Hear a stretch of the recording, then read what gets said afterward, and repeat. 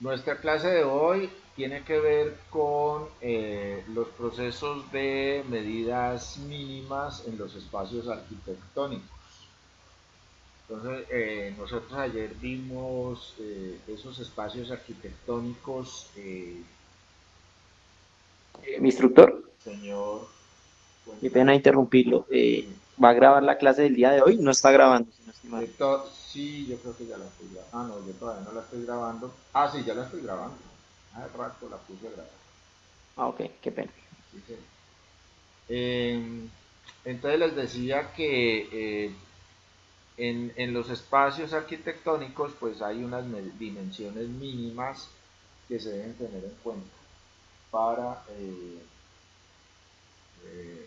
cuando se vayan a definir esos espacios arquitectónicos.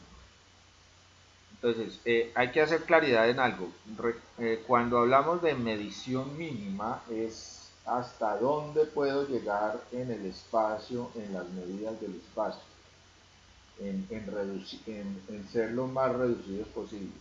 ¿Por qué hablamos de esto?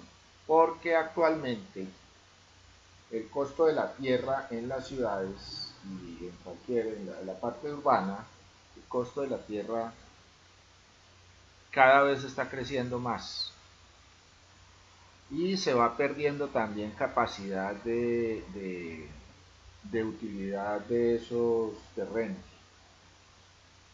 Eh, Eso lo vamos a ver un poco más cuando hablemos de planos urbanos, pero yendo un poquito hacia allá, vemos que, digamos, en ciertos sectores de las ciudades, eh, ya no existen, primero, no existen lotes disponibles para construir.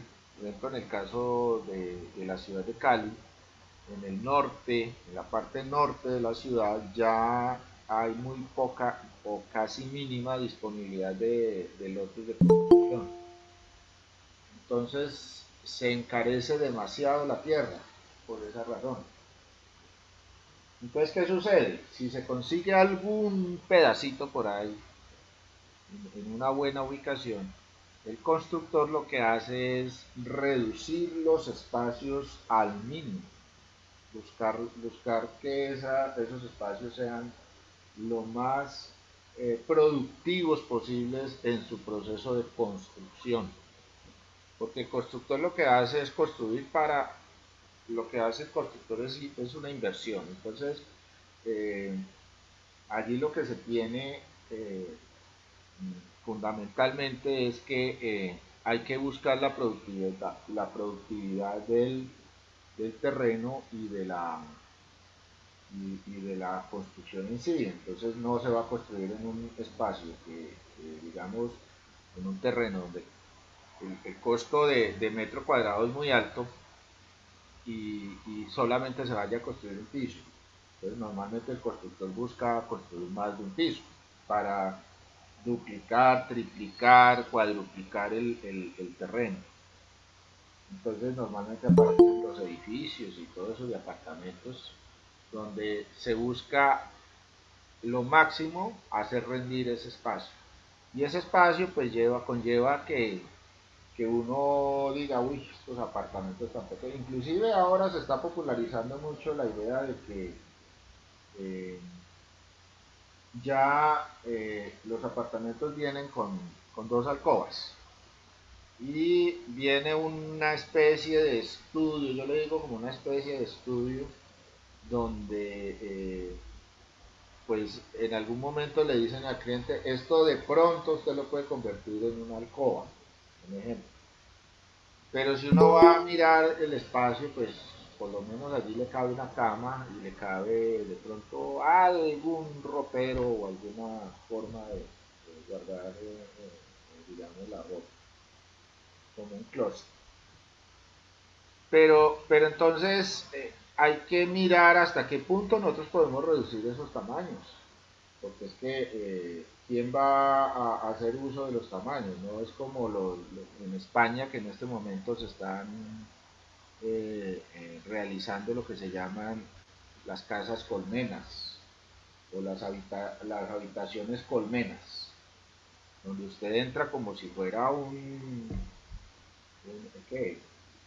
No sé, pues, entre así como una disposición en una pared donde usted tiene simplemente el espacio para meterse allí a dormir, pernoctar y tener algunas cosas eh, simplemente a disponibilidad, digamos, eh,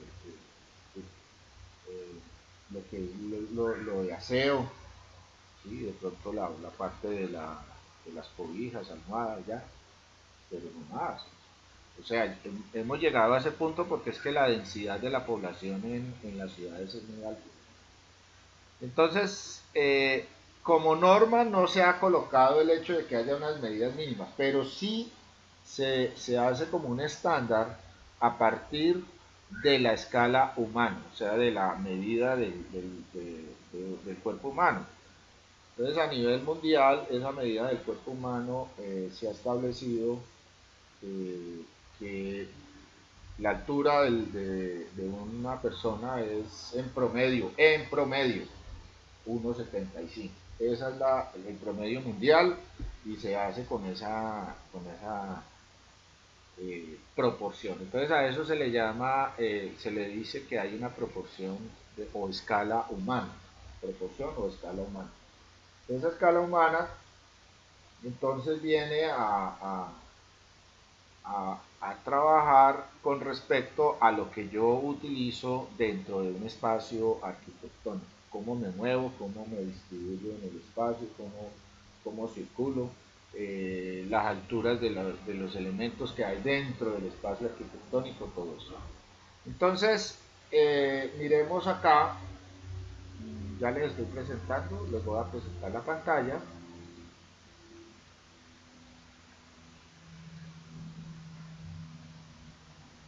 Entonces miremos este proceso de la escala humana como tal, ¿sí? El cuerpo humano como tal. Y pues entonces ustedes dirán, pero bueno, ¿y cómo es el cuento aquí con respecto de la interpretación del plano? No, lo que pasa es que los planos tienen que ir con toda la técnica necesaria para yo poder definirlos claramente, para saber exactamente qué es lo que estoy leyendo en esos planos. Entonces, eh, aquí vemos en el tema de hoy las dimensiones mínimas de espacios arquitectónicos. Entonces, hay un libro que nació por allá en el 50, en 1950, en la década de los 50, eh, que se llama El arte de proyectar en la arquitectura. Es un libro escrito por un alemán, Neufer. Normalmente le llaman Neufer o el Neufer, ¿sí? El Neufer. Es un libro que todavía tiene vigencia en la forma como se realizan algunos procesos de lo que es la distribución de espacios arquitectónicos y de pronto algunas cosas de ingeniería. Ejemplo, digamos, los baños, ¿sí? Los baños, cómo distribuir baños, cómo distribuir una cocina, cómo distribuir. Y hay espacios de toda clase, desde los más pequeños hasta los más grandes. Aquí en este libro tenemos, por ejemplo, la parte de digamos, de vivienda normal hasta edificios institucionales. Por ejemplo, hay aeropuertos, hay supermercados, hay hospitales, hay un sinnúmero de elementos que yo puedo trabajar ahí. Ya lo vamos a ver un poco para que eh, lo miren.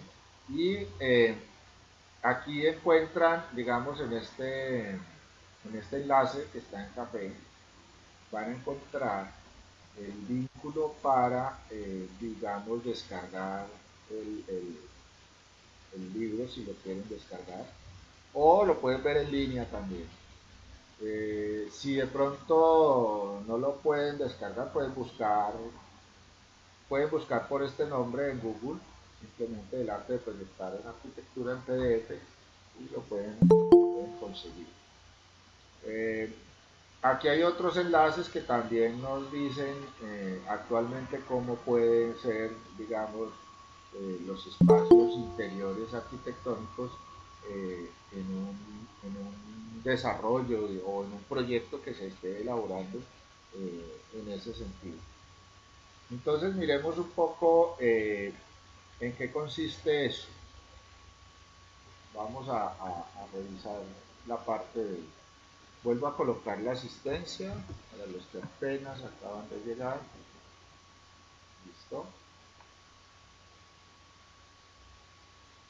Entonces, aquí tenemos este libro que se llama El Neufer Arte de Proyectar en Arquitectura. ¿Sí? Entonces, este es el libro, lo pueden descargar en esa página.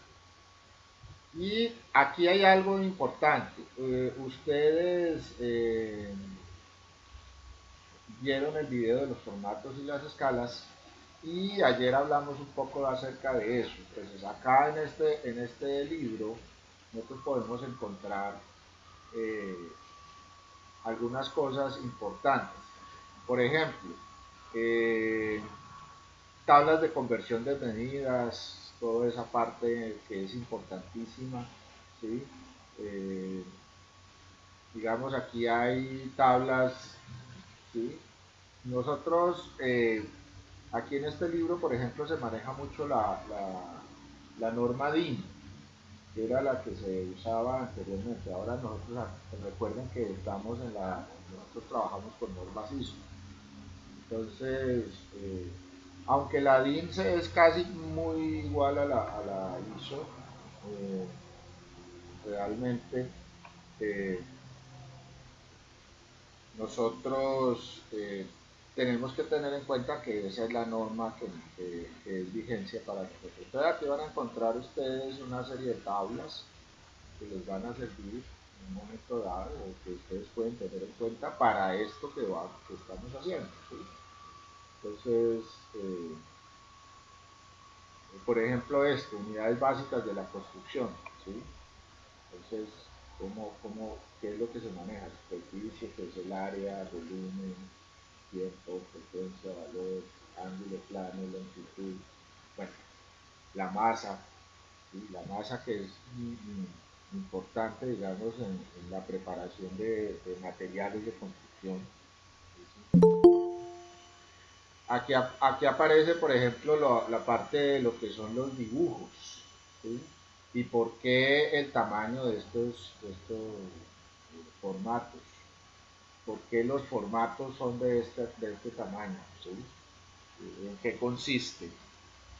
Eh, Igual, digamos, aparecen las series, ¿sí? Los formatos de todos los tipos de series, aquí aparecen, ¿sí?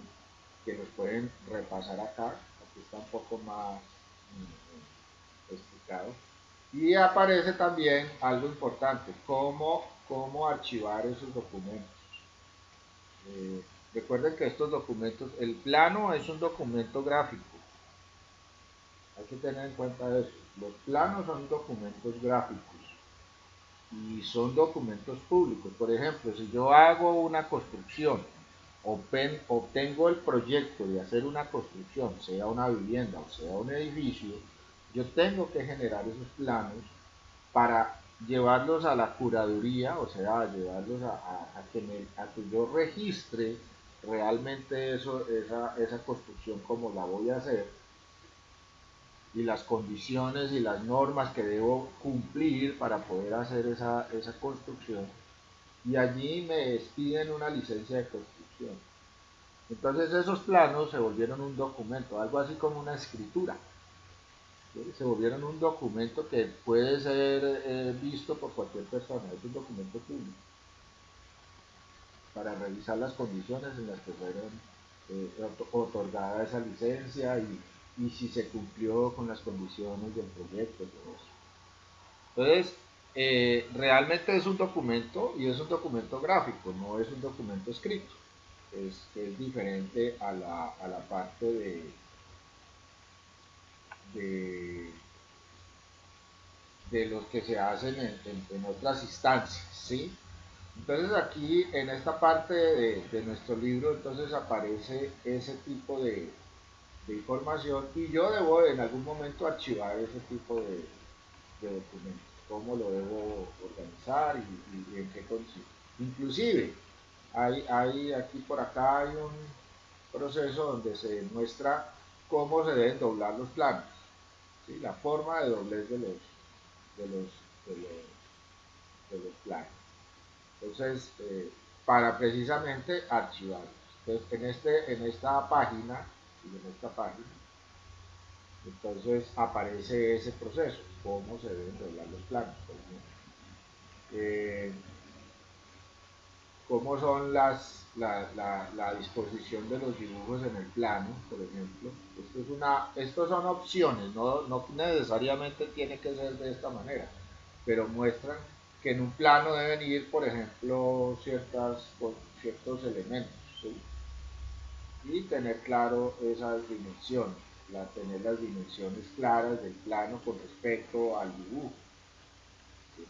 Hay una cosa importantísima, todos los planos deben llevar un norte. En este caso, este norte. Yo pues, no sé si de pronto en algunos términos que veíamos ayer hablábamos de la rosa de los vientos. ¿Alguien sabe qué es la rosa de los vientos?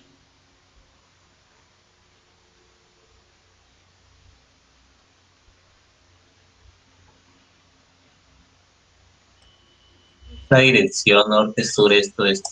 Sí, señor. Pero no es esa dirección. Esos son los puntos cardinales. La rosa de los vientos es el gráfico que representa eso. Es el gráfico.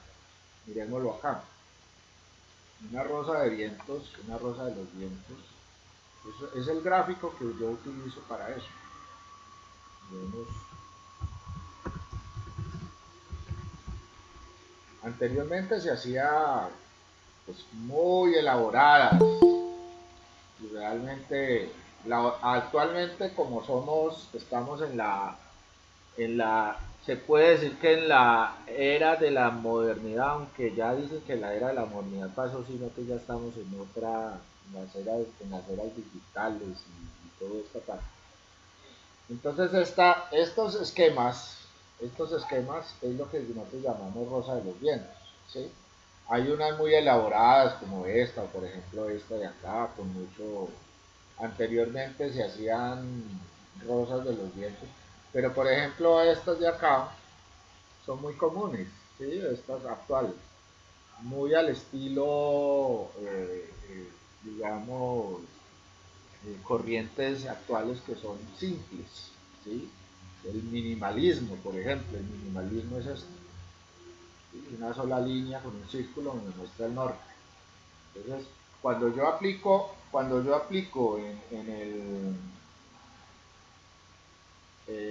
aplico lo que es el norte en el plano, ese norte, pues debe estar representado por algún símbolo. En este caso, digamos, un círculo con una línea me está representando ese norte. Entonces yo lo debo ubicar en ese plano, en la forma que lo quiero ubicar. Entonces yo puedo utilizar este tipo de cosas. No necesariamente tienen que ser pues unas bien elaboradas como esta, ¿sí? Al no ser que yo la haya dibujado con un de tiempo atrás y siempre use esta. No necesariamente, pero actualmente se usan más o menos este tipo que son muy simples. Hay muchas, hay cantidades. Diseños es lo que hay de la rosa de los vientos. Pero entonces lo que quiero llegar al caso es que en los dibujos de planos siempre debe haber una rosita de los vientos, ¿sí? Lo que nosotros llamamos norte es la rosa de los vientos. Es la rosa de los vientos. El plano también debe estar distribuido de una forma en la cual yo ingrese todos los elementos de mi dibujo, ¿sí? Ingrese los elementos que quepan en ese plano con una separación, que yo pueda tener la lectura clara y que tenga También vimos un término que se llama el rótulo o la mancheta, ¿sí? Rótulo, mancheta o cajetín, que es donde va todo el nombre de la descripción de este plano, el nombre del proyecto, en la ubicación de ese proyecto, digamos direcciones o ubicación en la parte rural, toda esa parte debe ir en nuestro plano. Debe ir la localización, debe ir, digamos, la fecha en la que se elaboró el plano o la fecha de elaboración de todo el proyecto también. Debe ir el número de planos, debe ir la escala, debe ir la ruta digital donde se guarda el archivo original. Por ejemplo, en mi computador se dispone una carpeta y en esa carpeta, ¿quién da esas características? Hay una entidad en Colombia que se llama la CPNAA. La CPNAA,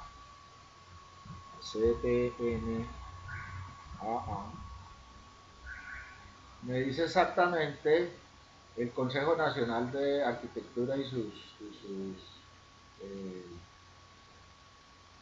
los relacionados, las profesiones auxiliares, ¿sí? Me dice exactamente, hay una guía en la CPNA, que es el desarrollo del proyecto gráfico, ¿sí? Miremoslo aquí,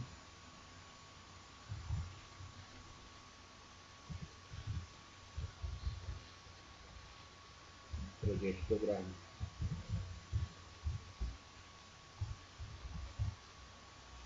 Eh, Son los estándares para el desarrollo del proyecto gráfico. Entonces,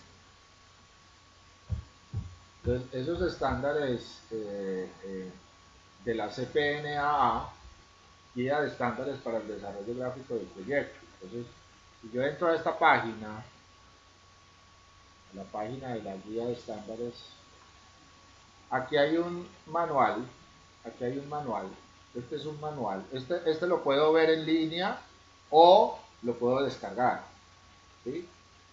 Es el último que se sacó, fue en 2016. Entonces, aquí, por ejemplo, me dice exactamente qué tipo de líneas usar en el plano, cómo debo yo, por ejemplo, en el caso de que yo utilice, ya los planos no se hacen en mesa y con lápices y con reglas, eso ya hace mucho tiempo que no se usa ese método. De hecho, si usted no lleva a la curaduría el plano en digital, muchas veces, por lo menos en las ciudades grandes, solicitan los planos, una copia de los planos o dos copias de los planos originales, una para archivar allá en la curaduría y otra para el cliente, o sea, para la persona que está solicitando la... Entonces, esos planos son los planos eh, eh, ya con la licencia. Los planos con la licencia, pues normalmente yo no los uso en la construcción, ¿sí? Porque esos son los planos que ya tienen el sello. Lo que uno debe hacer es que la persona o la empresa o el arquitecto o el ingeniero que hizo los planos, lo que debe hacer es enviarle una copia o simplemente usted esa persona le va a enviar los planos digitalmente y usted lo que hace es sacar copias sobre esos planos. Entonces, esas copias se pueden imprimir en cualquier momento, digamos, en un sitio donde impriman planos, y usted simplemente lo que hace es mantener esas copias allí. Esas copias son las que utiliza uno en la obra. Pero como les decía, no sé si de pronto en una clase pasada yo les decía que, eh, digamos, aquí no me estoy viendo de la guía que me fue para... Bueno, aquí uno puede Sí, aquí, creo que sí. Eh, uno muchas veces, o por lo menos ya se usa mucho que en obra, las personas que generan la obra ya utilizan sus tablets, ¿sí? Utilizan sus tablets, utilizan su portátil, utilizan el mismo teléfono. Y allí yo puedo ya ver el plan. ¿Sí? Hay mucho. Entonces, digamos acá, si nosotros vemos en esta guía, entonces aquí podemos simplemente pasar la hoja haciendo clic acá, o simplemente usted, bueno, hay unas aplicaciones que usted la arrastra como si fuera una hoja de un libro.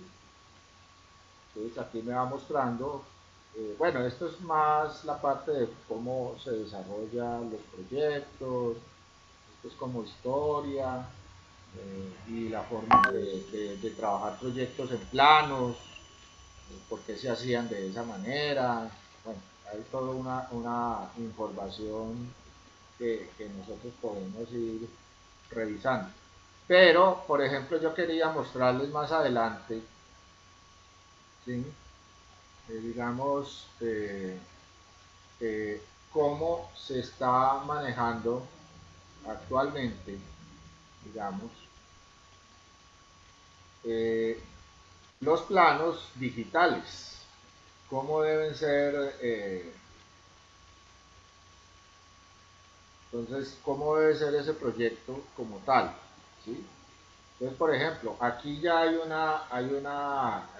digamos, la organización preliminar, digamos, aquí ver cómo se detallan en el computador, cómo se van distribuyendo todos los procesos del proyecto, ¿sí?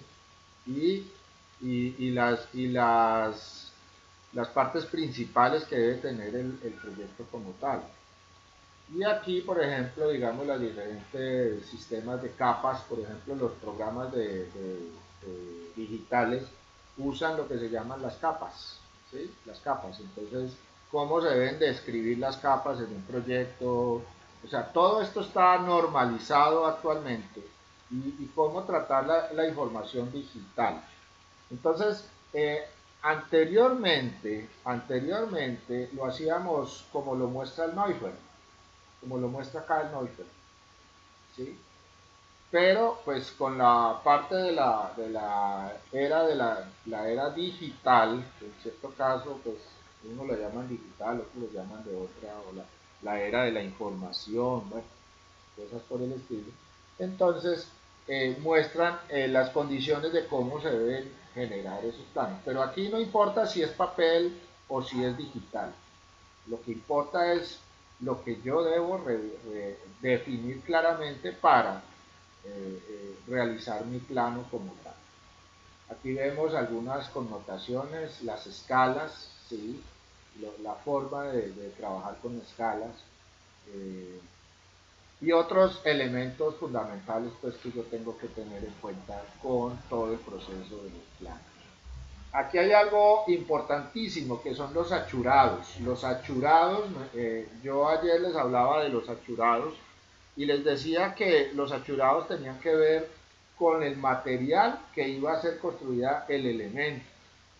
Y en ese caso, por ejemplo, en el planito que yo les mostraba, ¿sí? Miremos de nuevo el plano. Eh,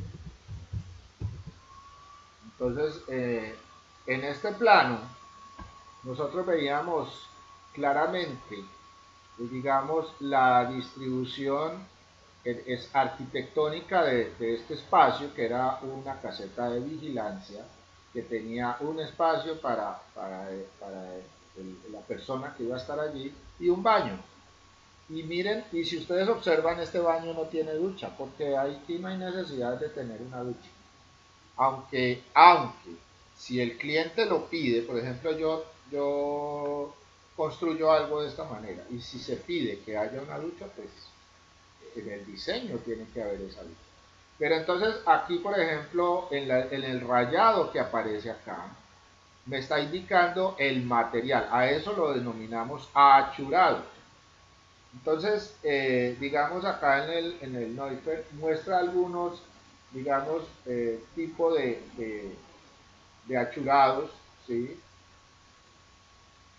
Que me va indicando qué tipo de material, aquí aparecen los tipos de materiales, ¿sí?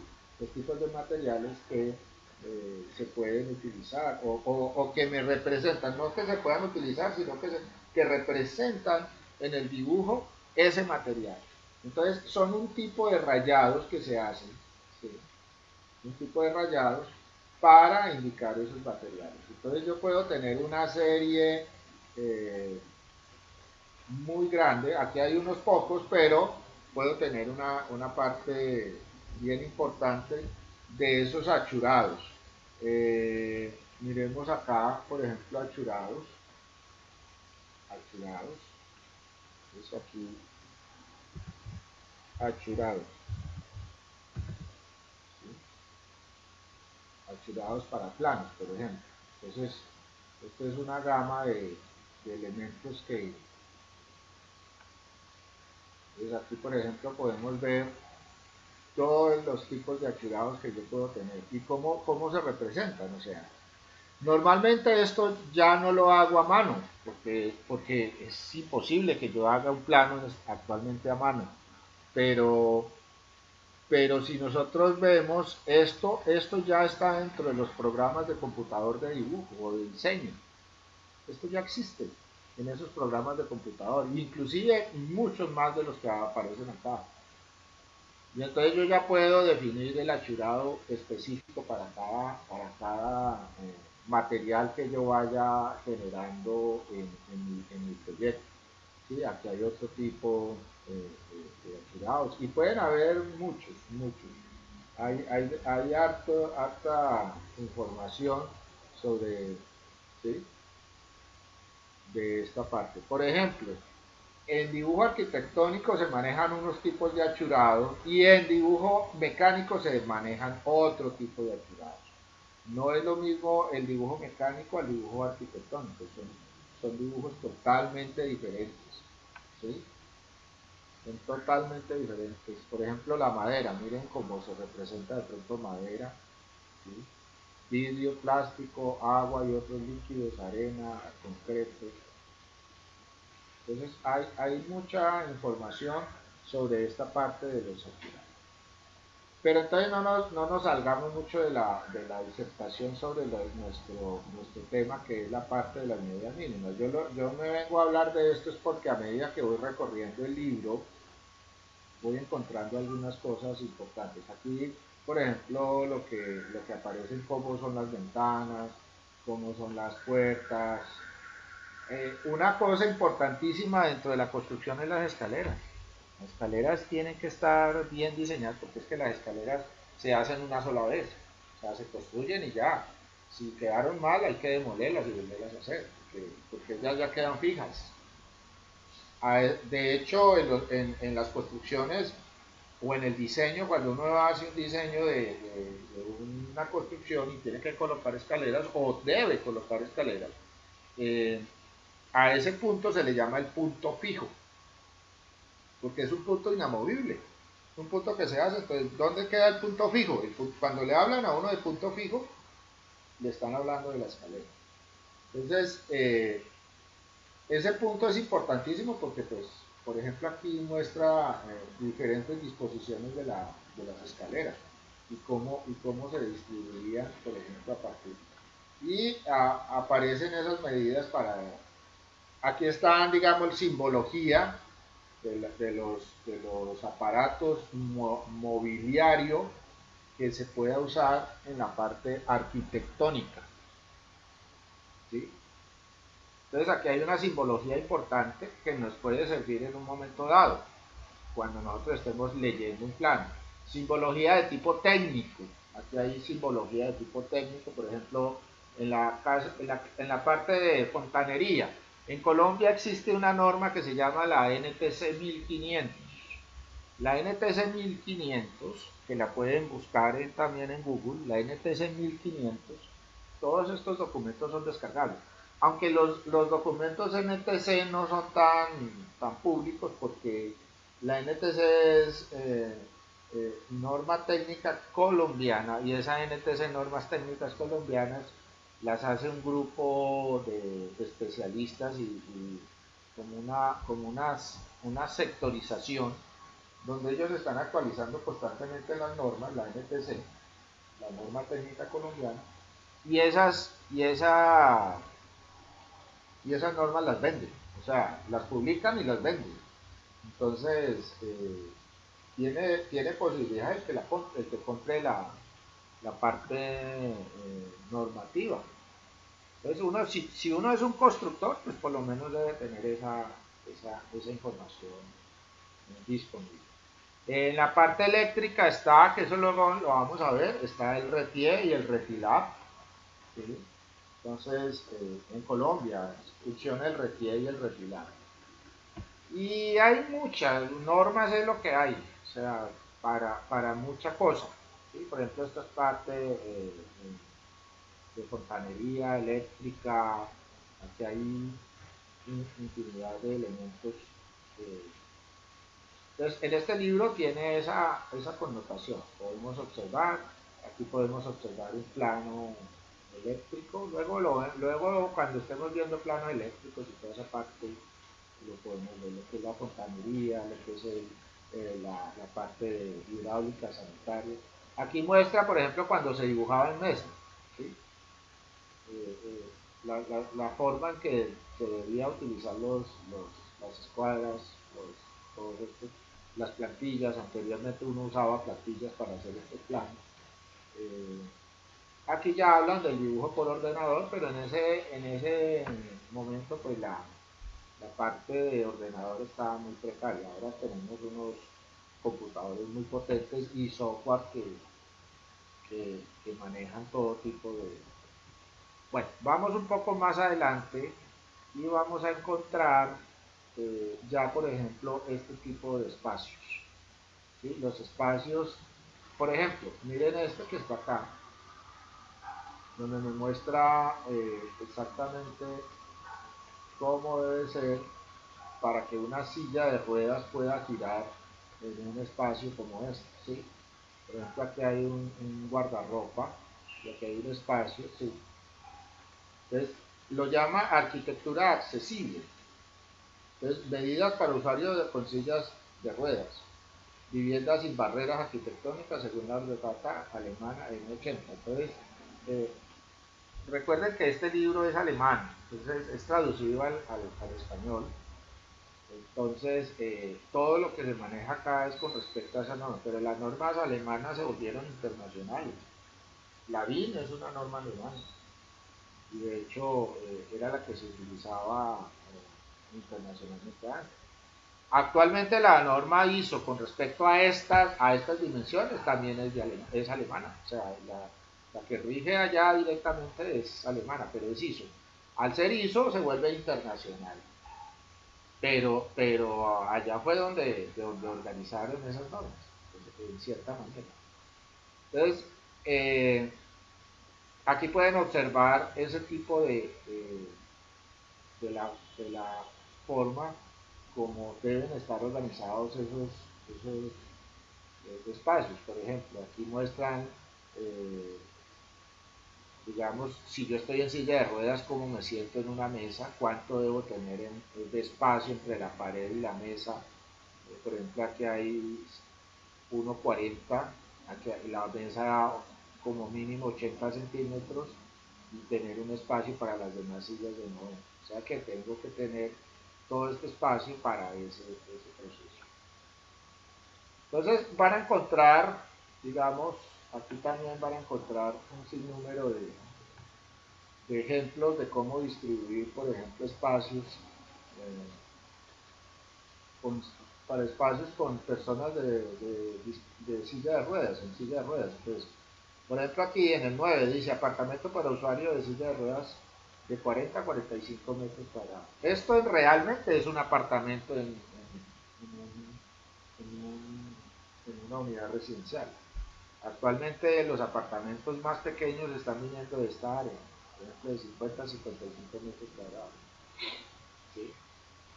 Entonces, aquí podemos ver ejemplos de todo eso. Bueno, este libro lo pueden consultar en esa página y pueden revisar algunas cosas, pero vamos un poquito más allá. Miremos aquí algunos espacios arquitectónicos en nuestro entorno, ¿sí? Entonces, si hablamos, por ejemplo, de una sala, aquí estamos hablando, vamos a colocarle aquí medidas en metros, para que no tengamos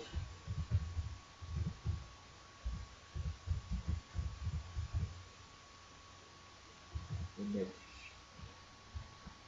¿Sí? Entonces, por ejemplo, una sala mínimo, ya de ahí para arriba lo que uno quiera, ¿sí? Pero de aquí, por ejemplo, una medida mínima es 250 por 2, pues medida como mínima. ¿Por qué lo digo de esta manera? Porque es que nosotros tenemos eh, una medida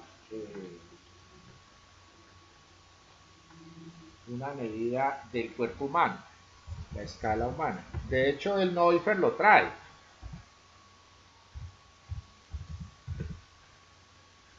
La escala humana, y normalmente es en arquitectura. Entonces, hubo un arquitecto suizo al cual se le puso el apodo de Le Corbusier. ¿Sí? Le Corbusier en francés quiere decir el cuervo.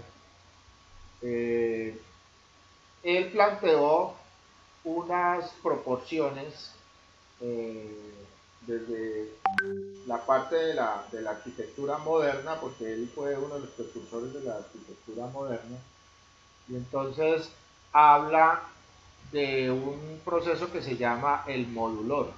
El modulor me muestra a mí, digamos, las condiciones. Esto es parte de lo que es el modulor, de cómo deben ser las medidas de una persona según las condiciones en las que está haciendo alguna actividad. Por ejemplo, aquí está sentado en un sitio, digamos, de charla, aquí está en otra parte descansando, aquí está, por ejemplo, escribiendo en un escritorio, aquí está trabajando en una mesa o en un mesón de cocina, aquí está haciendo otro proceso, digamos, mire este tipo de cosas. Esto puede ser una baranda, ¿sí? Una baranda de una escalera. eh, bueno, aquí no se me ocurre todavía, pero espacios como para confinamiento o, digamos, espacios donde haya equipos, donde tenga que entrar una persona a reparar un equipo. Entonces, ¿hasta cuánto? Y si yo levanto la mano, pues hasta dónde tengo la posibilidad.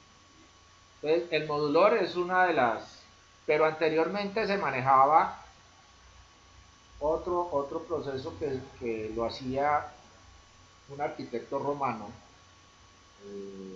de la época de los romanos, que se llama Vitruvio. Entonces, Vitruvio generó otro tipo de escalas, ¿sí? Y otro que estudió la parte de la escala humana fue Da Vinci. Entonces, todos ellos han proporcionado toda la que es la parte de la real escala humana, de lo que es la escala eh, humana, por ejemplo, en muchas formas, pero normalmente se ha llegado a la conclusión de que la escala humana está en proporción para el mundo, para la generalidad, en 1,75. A partir de esos 1,75 está construido el mundo, realmente. Todos los diseños, diseño industrial, ahora anteriormente no se hacía diseño industrial, que cada persona, por ejemplo, si iban a construir, si iban a fabricar utensilios de cocina, eh, el que hacía la parte lo hacía al tamaño que él consideraba que era necesario. Pero hubo una casa en el mundo, antes de la Segunda Guerra Mundial, que se llamaba la Bauhaus.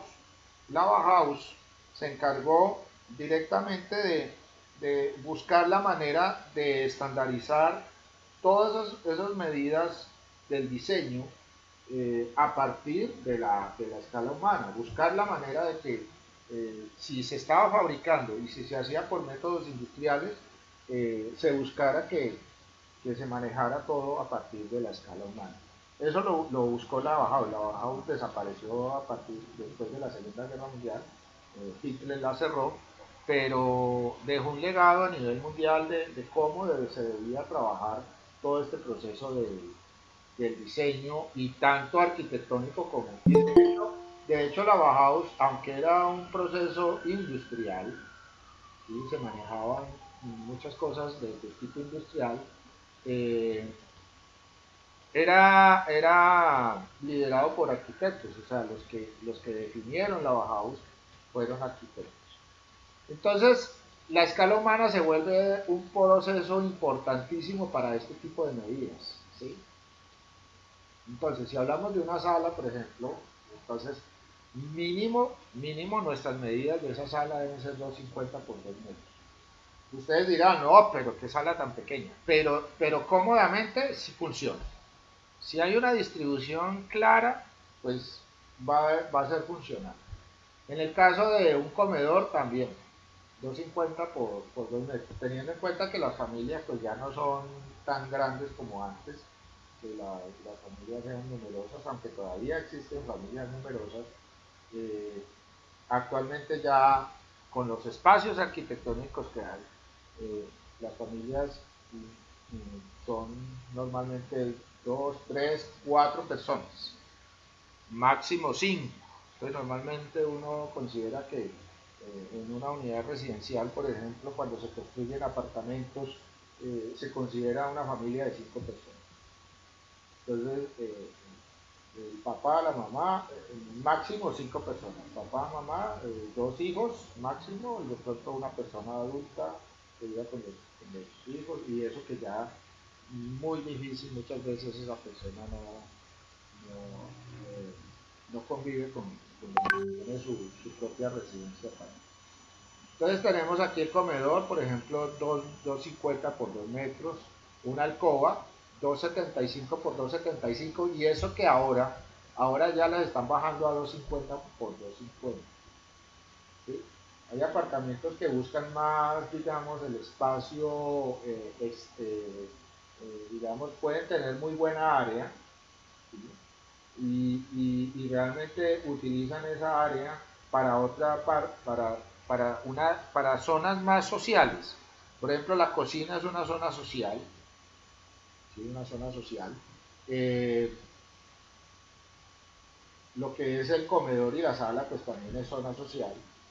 Pero las áreas privadas, que son las alcobas, se reducen. ¿Por qué? Porque yo no voy a estar metido en la alcoba, voy a estar más en la zona social, en el estudio, digamos en otros espacios, una sala más cómoda, un comedor más cómodo, y de pronto espacios que pueda disponer para otras actividades que no sean necesariamente las alcobas. Entonces estas alcobas a veces se reducen hasta 2,50. ¿Sí? 2,50 con 2,50, o sea que le estamos restando 25 centímetros. Y eso es una ganancia fundamental, porque si yo hago, si un constructor hace 1000 apartamentos, que perfectamente los pueden hacer, ¿sí? Esos 25 centímetros de ganancia en esos 1000 apartamentos son muchos, son bastante, esos metros cuadrados que aquí serían .25 por .25. Por cada apartamento sería una cantidad de metros cuadrados a un promedio de 1.800.000 pesos metro cuadrado terminado. A un promedio, puede ser un poco más alto, puede ser un poco más abajo. Entonces, ¿cuánto tendría el constructor de ganancia por metro cuadrado en esos 1000 apartamentos? Tendría una gran cantidad de plata que no tendría que invertir por ganarse esos 25 centímetros. Entonces, realmente eso funciona de esa manera, ¿sí? La oferta y la demanda. En los baños cuadrados, digamos, un baño cuadrado es cuando la distribución, digamos, del baño es donde usted entra. Realmente yo tengo estos baños, digamos, yo por acá debo tener algún proyectito. Miremos a ver si hay algo por aquí que yo pueda mostrarles, aunque creo que no, porque miremos a ver, vamos a ver este plano. Este plano, por ejemplo, aquí muestro, este plano es un plano constructivo. Pues en este plano, por ejemplo, aquí muestro exactamente, digamos, la distribución de esta vivienda. De hecho, no era una vivienda, era dos viviendas, era multifamiliar, ¿sí? O bifamiliar, donde la primera planta eh, es una vivienda y la segunda planta también es una vivienda, la parte de acá. ¿Sí? Entonces, por ejemplo, aquí vemos, aquí, por ejemplo, las medidas mínimas de una alcoba no están tan reducidas, pero sí se reducen mucho por el espacio del terreno, del lote en el cual está implantada la construcción. Si nosotros vemos, el lote tiene alrededor de 11,40 y pico, porque él tiene aquí un andén, ¿sí? Creo que un poquito más, 11 y pico. ¿Sí? Pero la construcción como tal, desde el paramento de construcción hasta donde llega el otro vecino, tiene 11,35. O sea, eh, yo digo que un lote normal debe tener por lo menos 6 metros por 12, como mínimo, 6 metros por 12. Y en esos 6 metros por 12, hacer una casa duplex, o sea, hacer una casa de primer piso, zonas sociales, y segundo piso, las áreas privadas. Sería para hacer una vivienda de dos pisos y quedaría con muy buenos espacios en un espacio en un lote de 6 por 12. Pero usted ya no consigue esos lotes, o sea, es imposible. Uno busca un lote de esa manera y no los encuentra. Anteriormente se veían mucho cuando aparecían esas urbanizaciones de autogestión, ¿sí? Donde se hablaba de la autogestión, que el mismo propietario se encargaba de ayudar en la construcción de la vivienda. Entonces había una autogestión. Eso se popularizó mucho en la década de los 80, 90, las urbanizaciones tipo autogestión. Eso existía mucho aquí en Colombia en esa época. Esta casa también viene a ser algo así como de autogestión, pero ¿qué pasa? Los lotes son muy pequeños. Y el cliente en este caso nunca quiso que la vivienda fuera de dos plantas. Él quiso que la vivienda fuera una sola planta y en el segundo piso otra vivienda. Entonces se reducen mucho. ¿Qué fue lo que buscó? Buscó optimizar la mayor cantidad de espacio disponible. Entonces, digamos, aquí hablábamos de los baños. Entonces, por ejemplo, del baño, ¿sí? Aquí vemos, por ejemplo, este baño, son baños diminutos, pero funcionales. ¿Por qué? Porque los aparatos, inclusive los fabricantes de aparatos, digamos en este caso sanitarios, ya están, claro, conciben que los espacios arquitectónicos también han reducido de tamaño. Entonces hacen también aparatos sanitarios reducidos, en este caso. ¿Sí?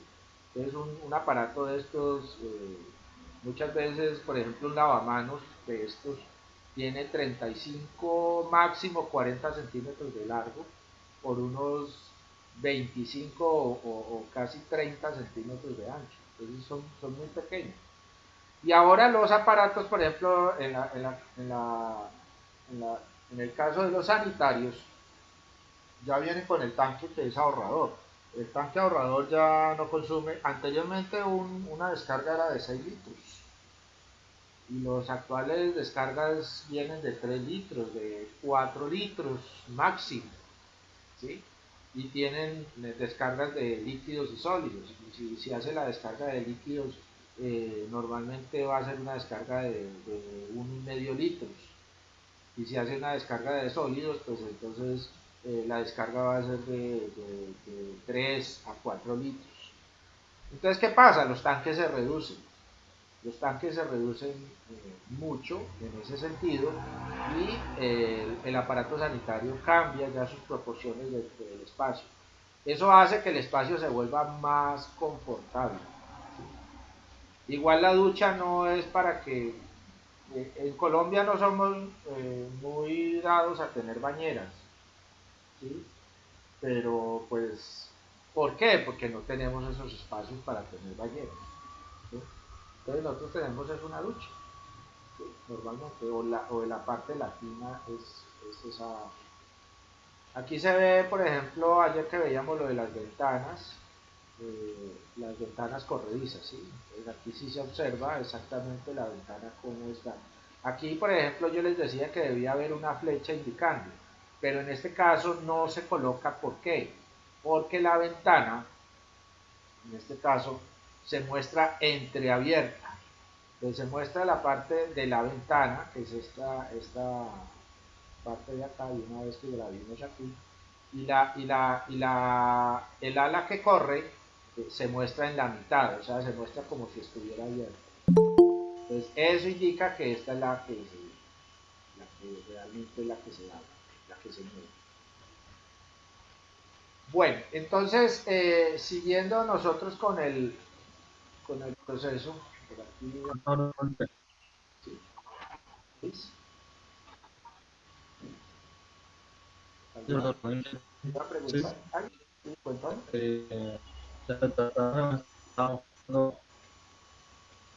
No te escucho, se te oye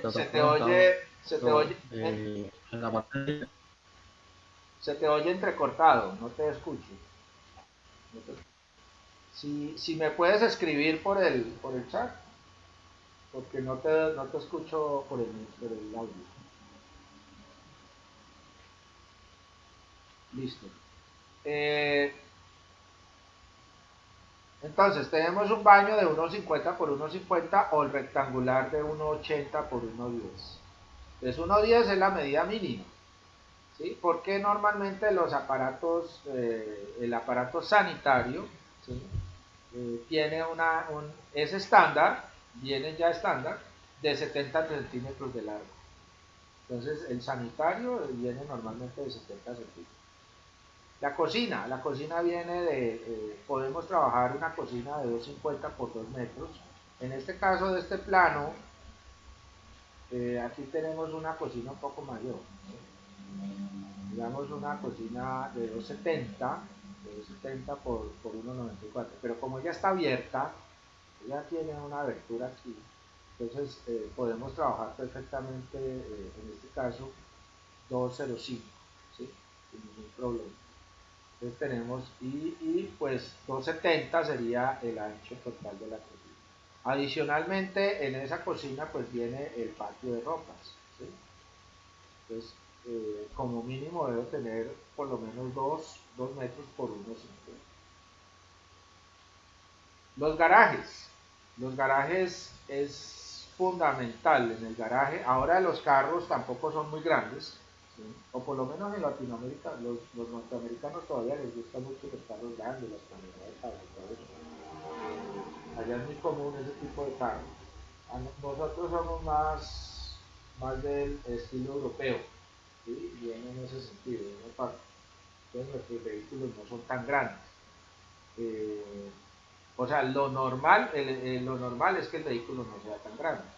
Entonces, perfectamente, en el Neufer dice que esto debe ser por lo menos de 5 metros, ¿sí? Y esta parte, por lo menos de 2,30 para el vehículo y un espacio para poder abrir la puerta y yo circular.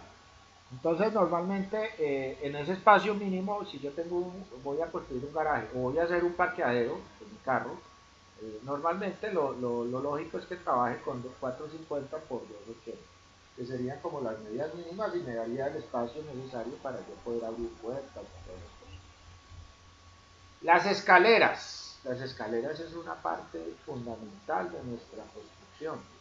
Y miremos lo que es realmente la escalera, ¿sí? Entonces, hablemos de aquí, escaleras, huella y contrahuella. Entonces, miremos qué es la huella y la contrahuella, ¿sí? Entonces, en una escalera, miremos acá estas imágenes, ¿sí? En esta imagen dice que la huella es la parte horizontal, ¿sí? Dice que 28 centímetros y la altura que es la contrahuella, dice que 16.6, aunque es muy bajita.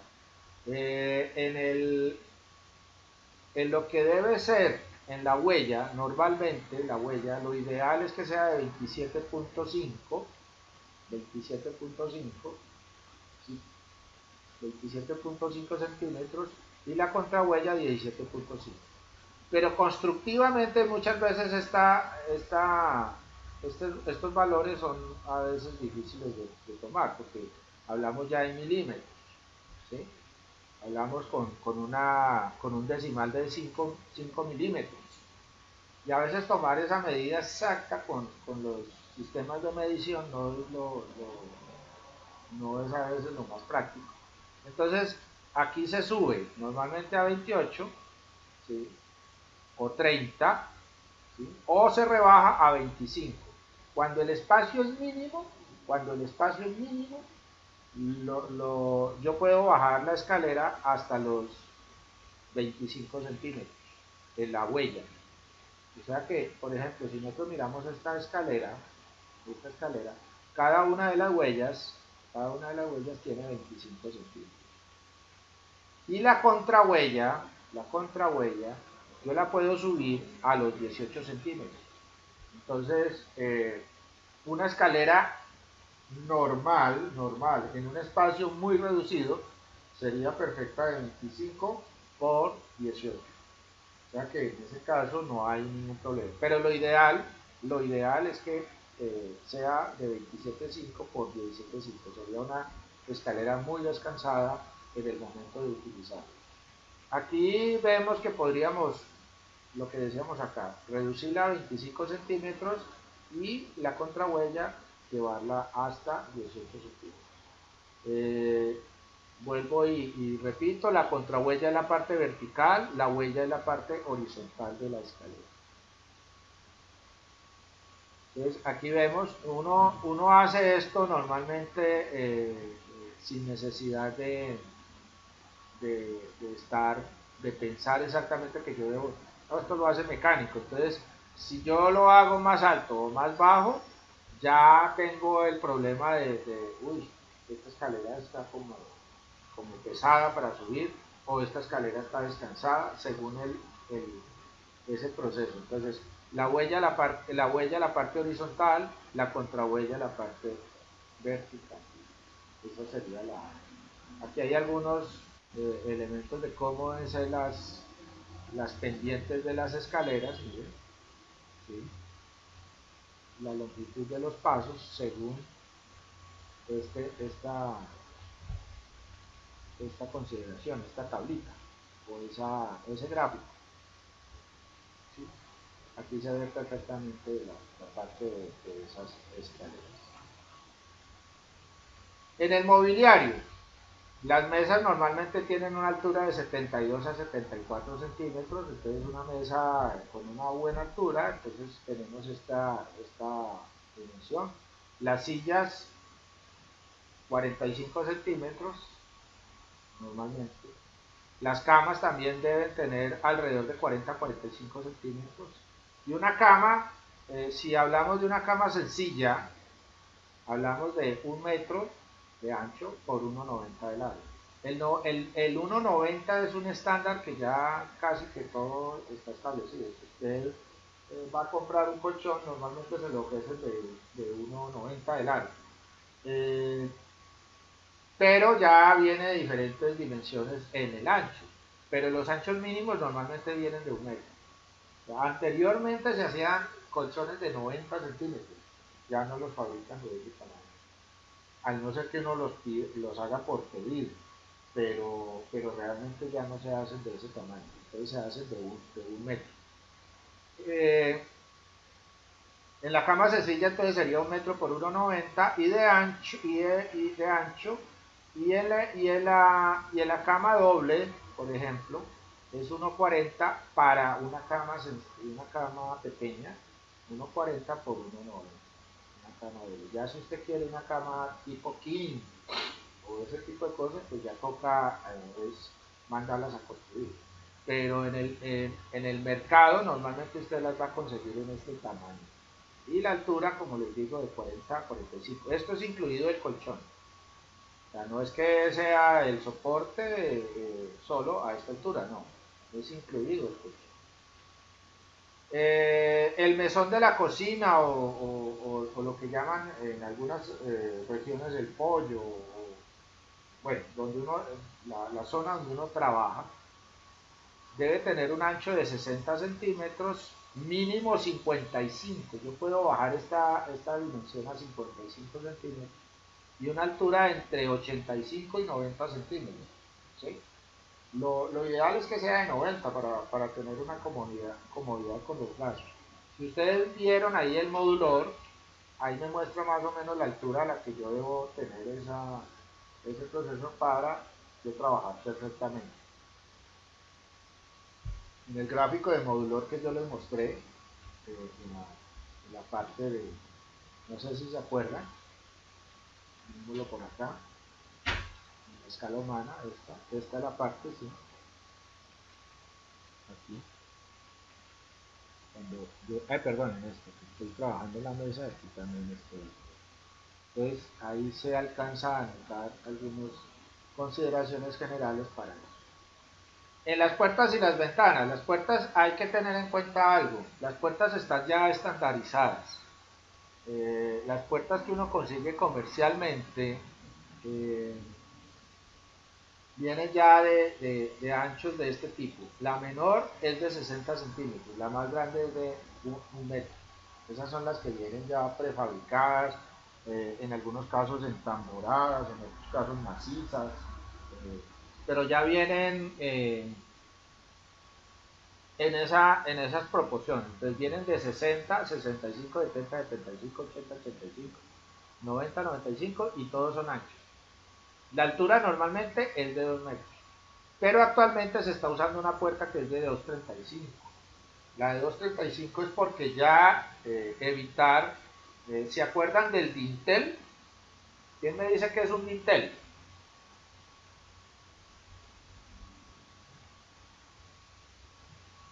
¿Es el Profe, mismo antepecho? profe, ¿Es la qué? No les oí. Que si es el mismo antepecho. No, señor. Profe, ¿no es el que se utiliza como que en los espacios de los marcos, profe, un ejemplo de las puertas, ventanas y eso?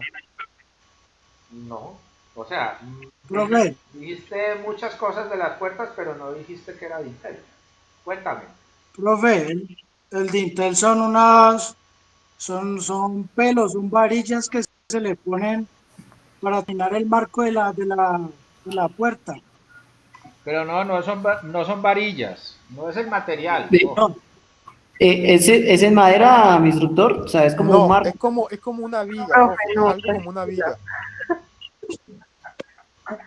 Ninguno le pegó. los dinteles, El dintel es la parte superior de la puerta o de la ventana. ¿Sí? Este es el vano. Este es el vano. El dintel es la parte superior. Este es el dintel. O sea, lo que yo coloco encima de la puerta o de la ventana se llama dintel. Pero es como un marco, por decirlo así. No, Más bien como un es cargadero. parte del mundo, es parte del muro. Si yo, acuérdense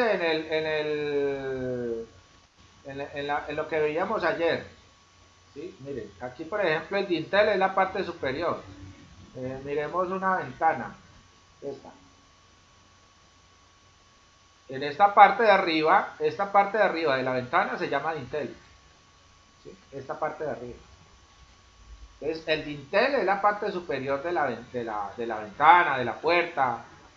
Lo que haya en la parte superior es dintel. Eso es el dintel. No tiene nada que ver con el material, ni con nada por el estilo. Entonces, miremoslo.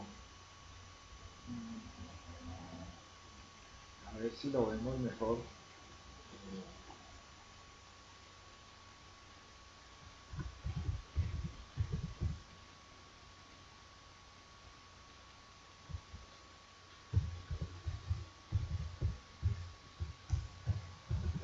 Vémoslo aquí.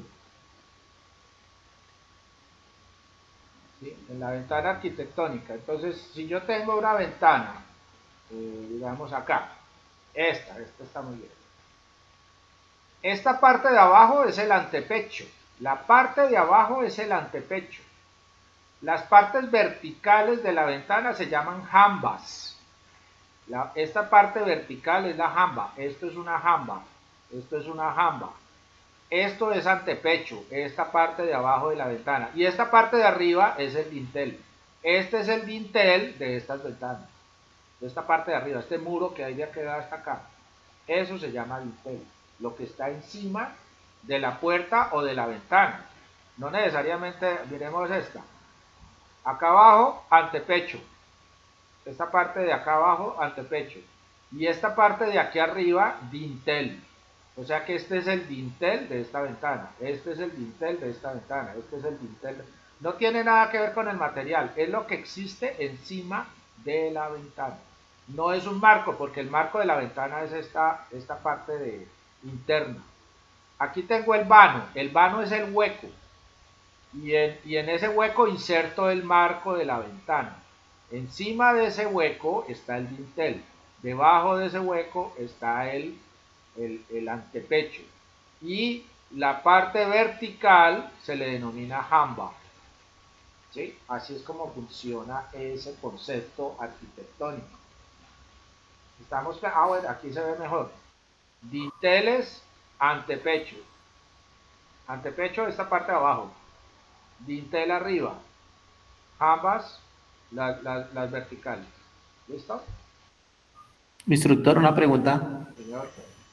Pero puede haber el caso de que en algunas ventanas, porque, bueno, he visto casos, no sé si estoy en lo correcto, por ejemplo, la ventana va casi completamente en el muro, entonces, ¿se puede entender de que no lleva dintel o de por sí tiene que llevar aunque sea una pequeña viga que esté sobre ella? Ahí es donde vengo yo en este sentido.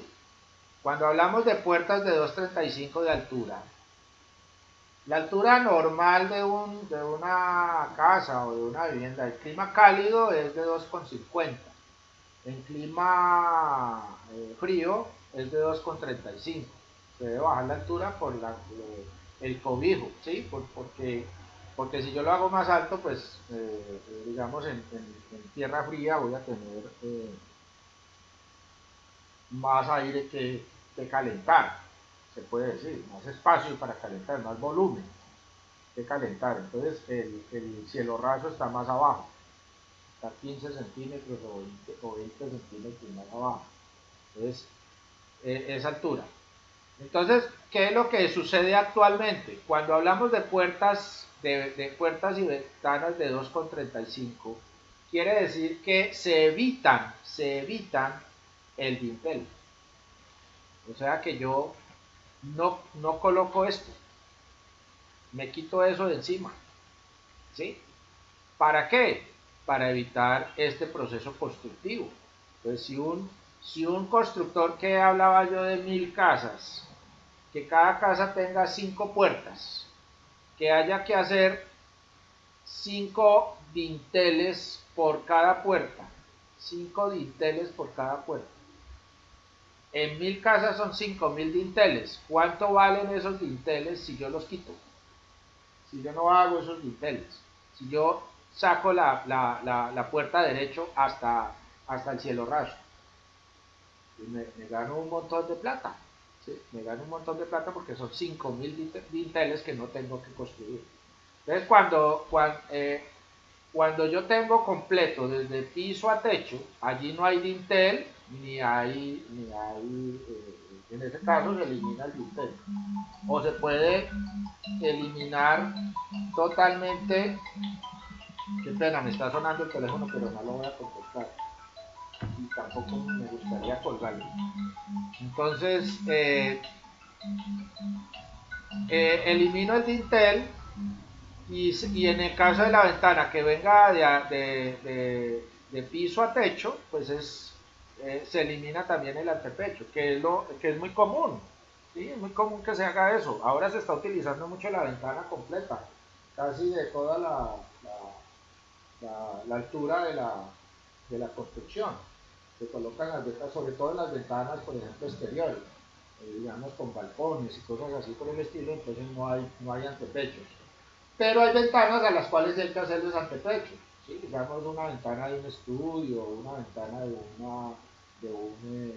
digamos, un cuarto donde haya necesidad de colocar una mesa o algo así por el estilo. Entonces se hace el antepecho para tener esa disponibilidad del espacio. Pero cuando ya la ventana es de corte largo, o sea, completa, desde arriba hasta abajo, no tiene dintel ni tiene antepecho. Aquí vemos, por ejemplo, esta parte, aquí, el antepecho, miren acá, el antepecho acá abajo. ¿Listo? ¿Quedó claro ese concepto del antepecho? ¿Y el dintel? Sí, profe. Listo. Entonces, vemos que, o sea, normalmente usted va a conseguir en el mercado el ancho lo va a conseguir de esta manera y va a conseguir las puertas de esta altura. Si usted quiere una puerta de una altura diferente, la tiene que mandar a hacer. ¿Sí? Diferentes a estas. Tiene que mandar a hacer. Estas son estandarizadas. Entonces, normalmente en una construcción, si se está haciendo muchas construcciones, ya se sabe que las puertas son de tanto ancho y todos los vanos que hago los hago de este ancho. Entonces, por ejemplo, si yo voy a utilizar una puerta de un baño, normalmente las puertas de baño son para espacios pequeños, ojo, mínimos, medidas mínimas, las puertas de los baños son de 60 centímetros. Ya si quiero hacer una puerta de un baño mayor, pues ya no es medida mínima. Pero la medida mínima para un baño sería de 60 centímetros. Pero tengan en cuenta que es el ala de la puerta. ¿Sí? Ojo, el ala de la puerta. Si yo estoy aquí haciendo, digamos, miremos por acá, a ver si vemos una puerta así acá. Esta parte que muestra para dónde abre la puerta, este lado es el ala de la puerta. El ala de la puerta. Entonces, la puerta abre hacia este lado y la hoja que abre es el ala. Los marcos entonces tienen que ser, digamos, incluidos dentro de esa puerta. Por consiguiente, si el ala de la puerta es de 60 centímetros, hay que incluir los marcos y el vano es más grande. El vano de esa puerta no puede ser de 60 centímetros, porque si no me quedaría la puerta más chica, me quedaría mucho más angosta en el sentido de que yo dejo el vano de 60, es como urgente, pero no puedo contestar. Listo, vamos con esta. Aquí, en este caso, digamos el ala, miren el ala aquí, ¿sí? Esa es la que abre, esa es la de 60 centímetros. Entonces, este vano que yo tengo acá, o miremos el de arriba, este vano que yo tengo acá tiene que ser más grande para poder que entren los marcos de la... Entonces, cuando yo voy a organizar las puertas, yo debo saber cuánto es el ancho de la ala de la puerta. La altura ya se sabe que es de 2 metros, porque normalmente va a ser de esas, al no ser que utilice alturas de 2,35, y a ese ancho le sumo lo que son los anchos de los marcos para obtener el vano, para saber exactamente cuánto es el vano para mi puerta. y así sucesivamente para todos los demás. Entonces, en este caso, por ejemplo, en el vano de una puerta de 1 metro, habría que incluirle los marcos, supongamos que sean 3 centímetros y 3.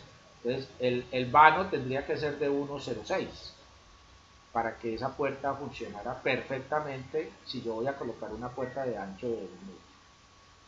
Entonces, en estos casos, ¿qué hago yo? Por ejemplo, digamos, en los baños lo mínimo son 60 centímetros, en las alcobas son mínimo 70 centímetros, 75 centímetros, y puertas de acceso, por ejemplo, normalmente son de 90 mínimo, 90 centímetros, una puerta de acceso a la vivienda, digamos, hablamos de acceso es la entrada, o sea, donde estamos entrando. Entonces aquí vemos, por ejemplo, en este caso, la puerta es de 90, el vano es de 90 centímetros, o sea que el acceso aquí viene a ser alrededor de unos 85 centímetros de espacio para el ala de la puerta. El ala de la puerta sería esta parte de acá, esta ala de la puerta, ¿sí? Esa sería el espacio para ese. En cambio aquí, por ejemplo, estamos hablando de 60 centímetros para el caso de una puerta de baño, ¿sí? Así sucesivamente. Entonces, hay que tener muy en cuenta estas medidas y tener en cuenta la parte de los marcos para este caso, en el caso de las puertas y las puertas de baño. No sé si hay preguntas. Sí, mi instructor, una pregunta. Ya que usted mencionaba eso, me causa un poco de curiosidad. Bueno, pongo el ejemplo de la Torre Atrios, pues es un edificio ya. eh, Eso, por ejemplo, la fachada, no sé si eso cuenta es como fachada o como ventana, la parte exterior del edificio, porque es totalmente en vidrio. Me imagino que eso lo hacen pues con la intención de ahorrarse los costos, así como usted mencionaba de pronto eh, con el dintel y contra el contrapecho, ¿sí me va a entender? Sí. ¿Eso es por eso que lo hacen? Bueno, ya las fachadas normalmente son los diseños del arquitecto para mostrar la connotación. ¿El edificio cuántos pisos tiene? Esa torre de Atrios creo que es superior a 50 pisos, ya le digo exactamente. ¿Dónde estás? ¿En qué parte es? ¿En Bogotá? Sí, señor, eso es acá en Bogotá, mi instructor. Listo. ¿Se puede? ¿Habrá imágenes por acá? ¿Señor? ¿Habrá imágenes en internet? Sí, sí, Torre sí, señor. Atrios. Sí, Torre Atrios. Atrios. Atrio. Torre Atrios, Bogotá.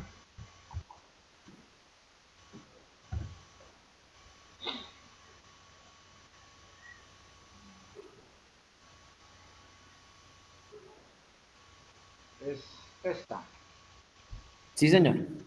esa que está ahí. Bueno, y mire algo bien especial. Al lado está el edificio, el antiguo edificio de Avianca, ¿sí? Por ejemplo, en esa imagen, se ve ahí al lado, como si fuera al lado del edificio de Avianca. No sé si es. Sí, eso está acá. Yo hace mucho rato que no voy a Bogotá, pero pues al lado está el edificio de Avianca, ¿sí? Pero esa imagen está mal porque el edificio de Bianca en realidad no queda ahí enseguida. Ah, ya. Bueno, entonces es una composición. Posiblemente sea una composición. Pero ¿qué es lo que quiero connotar aquí? Miren la arquitectura de este edificio de Avianca, que es más o menos de la época de los años, ¿qué se puede decir? Como esa torre, ¿cuántos años tendrá? Por ahí unos 60, 70 años, ¿no más? No, tiene más años. Miren la arquitectura, y si ustedes pueden observar la arquitectura de este edificio con respecto a este edificio que es muy moderno, que es de la época actual, eh, ahí ya cambia, no es tanto por las ventanas y por los dinteles y por eso, cambia es como la forma de arquitectura que se está utilizando actualmente en el mundo. En el mundo, los edificios y sobre todo este tipo de edificios, se busca que las plantas sean lo más libres posibles. ¿Esta torre es de qué? ¿De oficinas? Me imagino que debe ser de oficinas. Eh, no sé, Sí, señor. sí, esas torres normalmente son de oficinas. Entonces, en las torres de oficinas normalmente se usa la planta libre. La planta libre. La planta libre quiere decir que los espacios son totalmente libres internamente. Y entonces había un arquitecto en Chicago y otro, a ver dónde era el otro arquitecto en Estados Unidos. Bueno, eh, que ellos proponían que la estructura del edificio no fuera interna, para evitar las columnas internas dentro de esos espacios libres. Entonces se planteó de que los edificios fueran tubulares, como si fueran un tubo. Entonces la estructura viene a ser exterior, como un exoesqueleto, algo así. ¿Qué sucede con esto? Que cuando esas torres son hechas con ese tipo de estructura, muchas veces para no mostrar la estructura, la parte interna, entonces lo que hacen es cubrir la fachada con una placa completa de vidrio. En este caso, la fachada es totalmente de vidrio. Yo como lo estoy viendo acá en la parte constructiva, ¿sí? Lo que estoy viendo es que no le están colocando ni puertas ni ventanas acá, sino que hacen una sola entramado exterior, ¿sí? A estas fachadas normalmente se les llaman fachadas flotantes, porque ellas están adheridas a la estructura. Mire, aquí está la estructura del edificio, y si ustedes pueden observar, las columnas son casi exteriores, mire, están en la parte exterior, inclusive están amarradas con estructuras metálicas, ¿sí? Para evitar los movimientos horizontales, sobre todo el movimiento del viento, que el viento es una de las cosas, de las fuerzas que influyen mucho en los edificios altos. Entonces estas fachadas, tanto como evitar los dinteles y los vanos, y los antepechos, no se hace tanto por eso. Se hace tanto por el proceso arquitectónico del edificio, por el uso del espacio interno, y porque una fachada de este tipo genera más iluminación que la fachada de un edificio, digamos, como el que está aquí al lado, ¿sí? Donde, por ejemplo, este edificio puede ser más de apartamentos que de oficinas. Este que está aquí al lado, ¿sí? Que se alcanza a notar. Miren que allí sí se ven antepechos y se ven dinteles, pero es porque aquí hay de pronto un apartamento. Aquí también hay un apartamento. Posiblemente este edificio sea más de apartamentos que de oficinas. Entonces, en este caso es la connotación del uso del edificio a la connotación del uso de esto. La arquitectura tiene que ver mucho con el uso, ¿sí? O sea, los diseños arquitectónicos van muy encaminados hacia ese proceso del uso. Si nosotros vemos la arquitectura, por ejemplo, del edificio de Avianca, Ese es el edificio de la vivienda, mi instructor.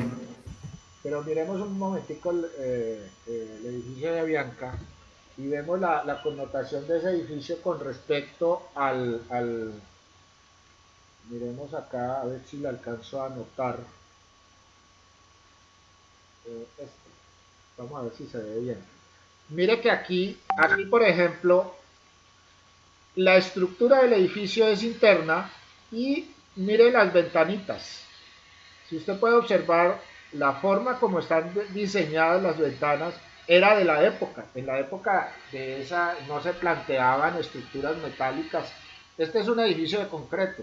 En cambio el otro, el que acabamos de ver, es una combinación entre concreto y metal. Entonces, digamos, en esta clase de edificio y la connotación de la arquitectura de la época hacía que se hicieran estos antepechos de las ventanas. Y por supuesto el antepecho de la ventana de arriba se convertía en el dintel de la ventana de abajo. Entonces, la arquitectura tiene que ver mucho también con la época, en esas condiciones. Yo lo digo en los espacios habitacionales más que todo, es donde se busca el constructor como generar sobrecostos sobre su construcción, ¿sí? Es más que todo. En este caso, para el edificio que nosotros habíamos acabado de ver y para el edificio, en este caso de Avianca, son muy diferentes las condiciones de construcción, ¿sí? Por ejemplo, aquí vemos una estructura, miren, aquí se ve perfectamente, por ejemplo, en los diseños, que es como un exoesqueleto. Todos estos elementos son un esqueleto que me generan esa fachada. Y esa fachada lo que está buscando es dar la mayor iluminación posible en el interior del espacio arquitectónico, porque son plantas libres, ¿sí? Para ubicar escritorios y cosas así por el estilo. Es por eso que se define eso. Profe, y además estructuralmente también, porque pues normalmente para esos edificios tan altos se trata como de reducirle peso. Sí, señor. Entonces, el hecho de que le quiten pues muros y pongan como todo de vidrio, pues también reduce peso.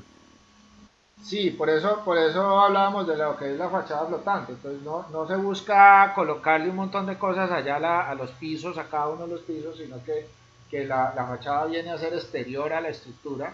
Ella se soporta directamente en la estructura, pero sí sale mucho más liviano hacer eso que lo que veíamos en el edificio de Avianca, por ejemplo. ¿Sí? La construcción del edificio de Avianca, que se ha sostenido en todo ese tiempo que lleva de construcción, de haber sido construido ese edificio, pero el edificio de Avianca es mucho más pesado que lo que es esta estructura nueva que se ve en ese edificio A. Instructor, o sea que en ese caso, pues yo no he podido tallar ese edificio bien, sino que siempre me ha causado curiosidad. O sea que en ese caso la estructura como tal, o bueno, esa fachada no va pegada, no va incluida directamente lo que usted nos mencionaba en la estructura del edificio como tal, sino como Ella, en la parte exterior. ella es como un envoltorio de todo el edificio. Entonces esa fachada va adherida precisamente a la estructura, pero ella flota en esa estructura, ella no está pegada allí como digamos, volvámoslo a ver acá. eh, O sea, no está pegada a la parte maciza, por decirlo sí, así. no, ella está anclada a esa estructura, tiene que estar anclada de alguna manera, pero pero es para evitar precisamente lo que decíamos, como es una estructura muy liviana, o sea, no es una estructura muy pesada, entonces ella perfectamente puede estar en la parte exterior simplemente anclada allí, ella no va a tener movimiento, se va a mover igual con el edificio, pero, pero no le va a representar una carga eh, fenomenal a la parte de la estructura del edificio. Entonces a esas estructuras normalmente le llaman flotantes por eso, porque ellas como que flotan dentro de la estructura. Ellas inclusive tienen una separación entre la estructura y lo que pasa es que no hay un detalle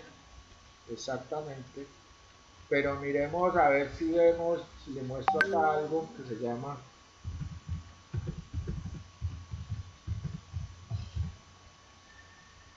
las fachadas flotantes de vidrio. Entonces, normalmente estos son los que son las fachadas flotantes.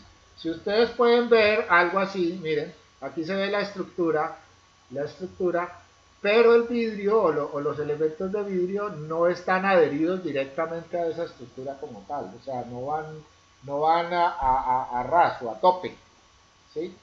Entonces esas fachadas, por eso se les dice flotantes, porque están un poco separadas de la estructura, aunque aquí no se alcanza a ver, pero normalmente todos estos edificios así, que son de vidrio, se les denomina fachadas flotantes. O sea, tienen su propia estructura y van ancladas a la estructura del edificio como tal. Pero aquí no se ven exactamente, no hay una imagen donde me muestre exactamente que hay una separación entre el edificio como tal. Aquí se ve algo.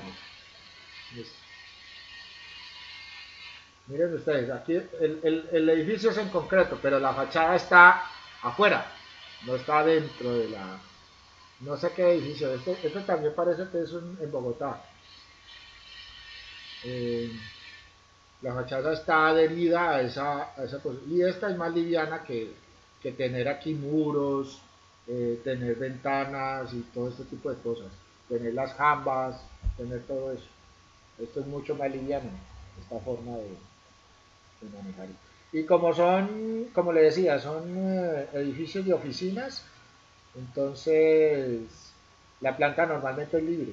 O sea, allí no hay cerramiento de ninguna clase. Entonces la luz entra por todos los lados. Hay una iluminación constante. Eso también se busca. Actualmente se está buscando mucho que la iluminación sea muy natural, ¿sí? Para evitar tener encendido de energía, bombillos de energía eléctrica, o sea, luz artificial. Eso es lo que se usa.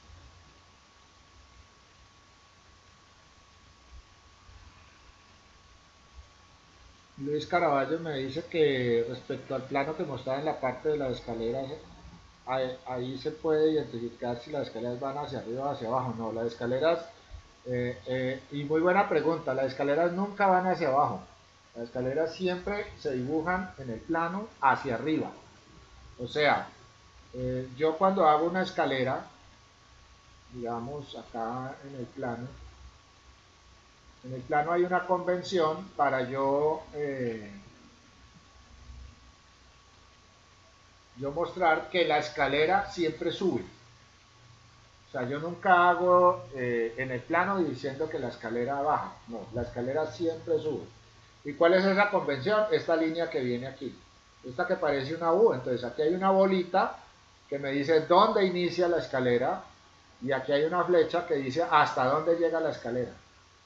Entonces, en este caso, cuando se pone esta flechita, se está diciendo que la escalera sube en este sentido. Entonces, las escaleras nunca se ponen que bajan, no. La escalera siempre se coloca en el plano que sube. O sea, una escalera sube al segundo piso. En este caso, sube a este segundo piso. Entonces, el inicio acá y el final acá. Entonces, yo paso por todos estos escaleras. Ok, profesor. Le hacía la pregunta porque yo llegué en su momento a ver unos planos que colocaban como que una S para avisar que subían y una B para decir que bajaban ya. Pero como no la veía ahí en el momento, pues por eso me surgió la inquietud. Pero así, si lo Pues explicas de esa manera, mucho más claro. Pero es extraño porque yo realmente nunca he visto, o sea, por lo menos en mis diseños y en lo que es el proceso de los planos que veo y en el dibujo arquitectónico, o sea, en los manuales y en los textos de dibujo arquitectónico, nunca aparece, o sea, yo nunca he visto que aparezca una escalera que baja. O sea, siempre he visto que sí, se coloca la escalera cuando se dibuja en el plano, se coloca subiendo. O sea, voy hacia el segundo piso. Por lo menos, además, pues la escalera, si sube, pues en un momento algo yo tengo que bajar por la escalera. ¿Sí? Pues si subo, pues tengo que bajar. Pero en la jerga de los planos, en la jerga, o sea, cuando yo estoy leyendo el plano, yo siempre lo leo es que en el sentido de subir, no de bajar. Profe, en el caso de una construcción donde hay primera planta, sótano y segunda planta, ¿cómo se dibujaría en la primera planta el hueco que va para el sótano? Y la escalera, pues la escalera así como usted dice, ¿no? Pero en este caso el sótano, ¿cómo quedaría? A ver, yo le comprendo. ¿Ese hueco es qué? ¿Un hueco de aireación, de iluminación? El hueco que baja al sótano. Por O sea, eso, pero ese escaleras. hueco... Ah, no, pero es que la escalera... No. Aunque bueno, no tengo aquí un sótano. Pero, por ejemplo, esta escalera, si fuera al sótano, debiera haber una planta de sótano. O sea, si esta escalera Si esta escalera de esta vivienda tuviera un sótano, por ejemplo que esta vivienda tuviera un sótano, pues si esta vivienda tuviera, o esta construcción, no hablemos de la vivienda, hablemos de esta construcción, si esta construcción tuviera un sótano, habría que hacer un plano del sótano, donde muestre la escalera subiendo desde el sótano al primer piso. Instructor, Señor. bueno, le entiendo algo a la pregunta que hizo el compañero y creo que lo que él trata de interpretar es cómo en el plano de la primera planta, si me hago entender, podemos representar de que en ese espacio baja una escalera, o sea, no necesariamente dibujar la escalera, sino, o sea, se deja en blanco el espacio y se simula que ahí va una escalera, porque pues entiendo lo que usted nos dice, obviamente, pues para simular de que la escalera va hacia el primer piso, hacia la primera planta, pues tendríamos que tener un plano del sótano. Pero sí, lo que él menciona, sí me causa también curiosidad eso de que si tenemos que dejar el espacio en blanco en la primera planta o qué se hace ahí. No. Miremos este corte de la vivienda. Este corte de la vivienda me está mostrando una escalera que viene del primer piso al segundo piso. Se ve aquí en este corte, ¿sí? Y de hecho los cortes siempre se deben hacer por las escaleras. Entonces, aquí tengo el primer piso. Supongamos que este sea el sótano. Que este no sea el primer piso, sino que el primer piso sea este de acá. Y entonces yo voy a mirar del sótano la escalera que sube acá. ¿Cómo se representaría esta escalera aquí? Primero en el sótano tendría que haber un plano con la escalera para mostrar que hay. Pero en el segundo piso, o sea, en este primer piso, si este es el sótano y este es el primer piso, aparecería la misma escalera acá. Miren que aquí yo no estoy mostrando dos escaleras, estoy mostrando una sola escalera. Pero este es el primer piso que hoy hipotéticamente tenemos allá. Entonces, ¿qué tengo acá? Tengo una escalera. Pero ya represento toda la escalera. Entonces, no estoy mostrando el hueco, sí, pero en ese hueco estoy viendo la escalera. La escalera que viene del sótano al primer piso. Y también aparece una lineecita que me indica desde dónde arranca la escalera en la parte de abajo hasta dónde llega en la parte de arriba. Entonces, aparece igual. Lo único es que, por ejemplo, aquí aparece una baranda y aquí aparece un muro y aquí aparece el espacio por donde yo entro a ese piso. Entonces, aparecen ya los detalles de cómo yo accedo a ese primer piso, pero vengo del sótano y llego acá al primer piso. Entonces, esta escalera aparece en el plano como si fuera una escalera normal. Ah, ok. O sea que teniendo en cuenta lo que usted dice, supongamos que esa casa tuviera 3 plantas, ¿cierto? Sí, señor. Bueno, sí, Sí. un ejemplo. O sea, no necesariamente en este plano de la primera planta, no necesariamente aquí nos está especificando que esa escalera vaya para el segundo piso, sino que únicamente nos está diciendo que en ese espacio existe una escalera. Sí, Eso es cierto, sí, instructor. señor. Ese razonamiento que acabas de hacer es muy lógico en el sentido de que yo lo que estoy mostrando arquitectónicamente en el plano, es que sea en el primer piso o en el segundo o en el tercero, en este punto siempre va a haber una escalera. O sea, hay un punto fijo. Entonces, este es el punto fijo de esta construcción. Y en el segundo piso también va a aparecer allí ese mismo punto fijo. Y si hay muchos pisos,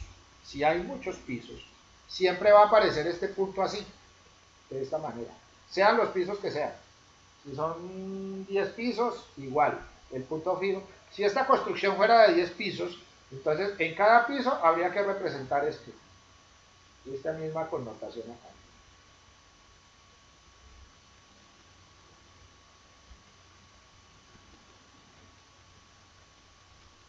¿Alguna otra pregunta?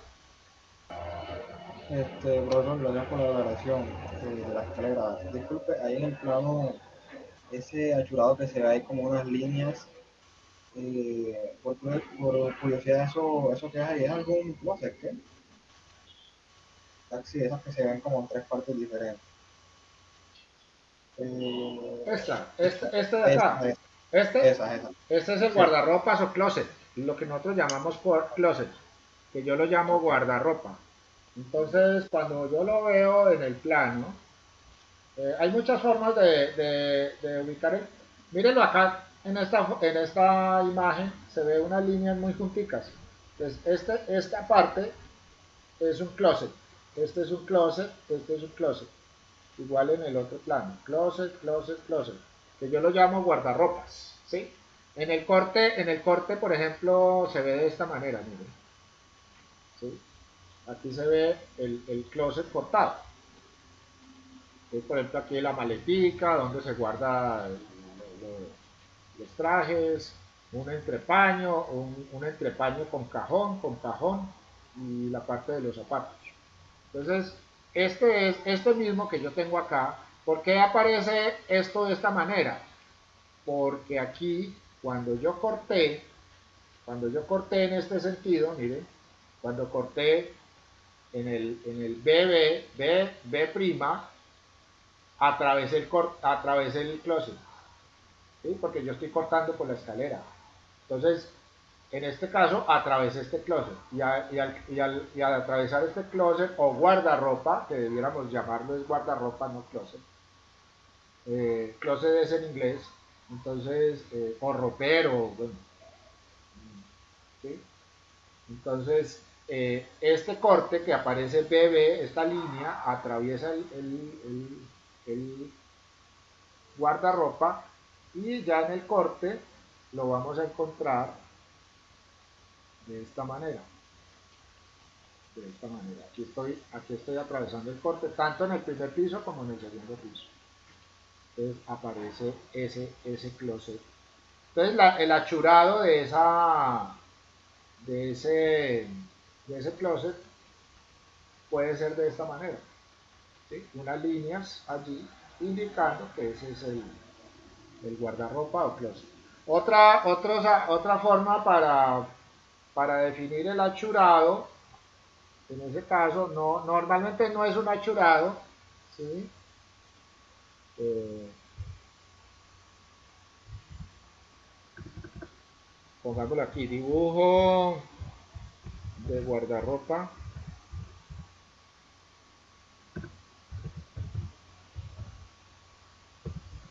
Arquitectónico. Hay que poner arquitectónico porque o si no, no lo entiende el Google.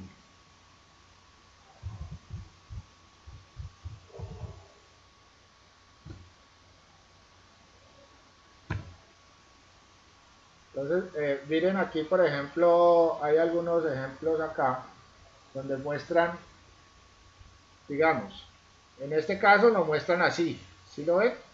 Entonces hay un guardarropa para este lado y un guardarropa para este lado. Otra forma de mostrarlo es de esta manera. O sea, aquí, ¿qué quieren estas linecitas? Los ganchos colgados en el tubo donde uno coloca la ropa. Este también muestra eso.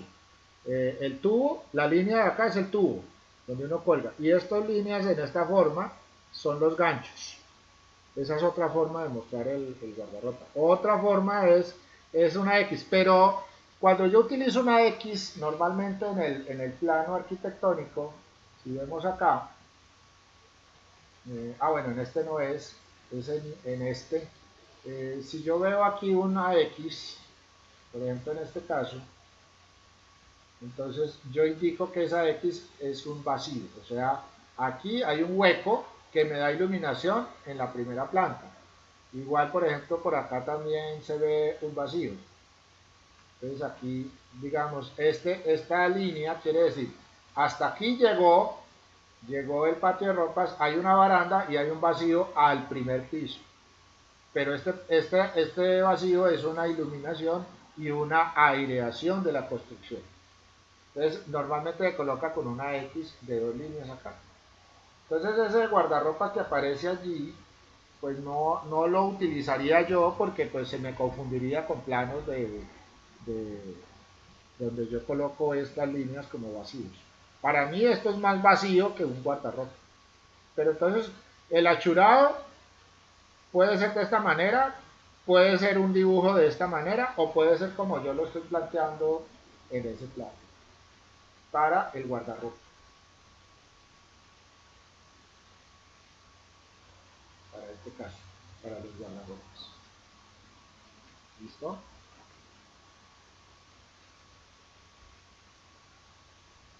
Instructor, una pregunta, ¿este plano a qué escala es que está? ¿A uno con qué? 1.50. Ok, gracias. Este está a escala 1.50. Profe, ¿usted qué programa maneja pues, para este caso, hacer esos planos? Yo utilizo AutoCAD. 1.50 es la escala. Yo utilizo AutoCAD en este caso. ¿Sí? Normalmente hago estos planos en AutoCAD. O sea, yo para hacer planos normalmente uso AutoCAD, no uso otro software. ¿Sí? ¿Sí me decías?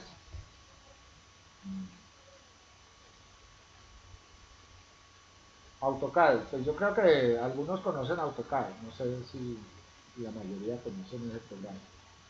Yo en estos días creo que les mostré algo en AutoCAD para mostrarles los ángulos, creo, que era la parte de ángulos.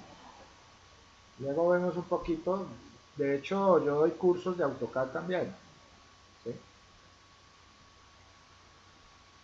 Bueno, entonces listo señores, yo les envío el documento del tema y me voy a poner a cuadrar en los videitos para poderse los enviar. ¿Listo? ¿Algo más? Si alguien quiere hacer otra pregunta. Profe, respecto al edificio de Adportas de la Universidad de La Sabana, ese, ¿cómo sería?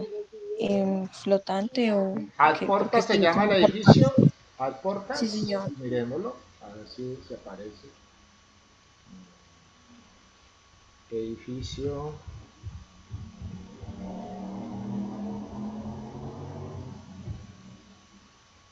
Adportas, Universidad de La Sabana.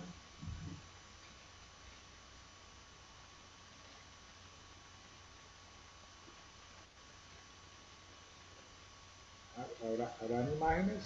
Miremos a ver. Este.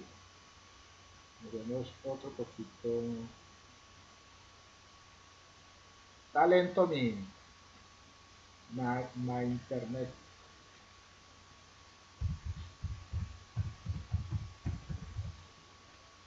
Tengo también aquí dos chicas estudiando en internet, entonces se pone lento. Este es el edificio. Listo, esto aquí se ve la parte constructiva, se ve que es una estructura en concreto, y miremos a ver si de pronto había algo, miremos la fachada. Sí señora, claro, viene a ser una fachada flotante. Lo que pasa es que esta fachada es en un material, no sé qué material es, pero sí, claro, mire los anclajes. Si usted alcanza a notar, aquí hay unos anclajes. Lo que pasa es que estos son unos amortiguadores eso se llaman amortiguadores de iluminación y de temperatura. Estos panelcitos están desviados en ciertos ángulos. Eso lo usan mucho, por ejemplo, la Universidad de AFIT hizo un edificio en Medellín, también con un sistema que también es una fachada flotante, donde tiene unos elementos, aunque allá, no sé si estos, pero digamos allá en ese edificio, esos elementos que son muy parecidos a estos, cambian, los pueden colocar a un ángulo diferente cada hora del día. ¿Eso qué hace?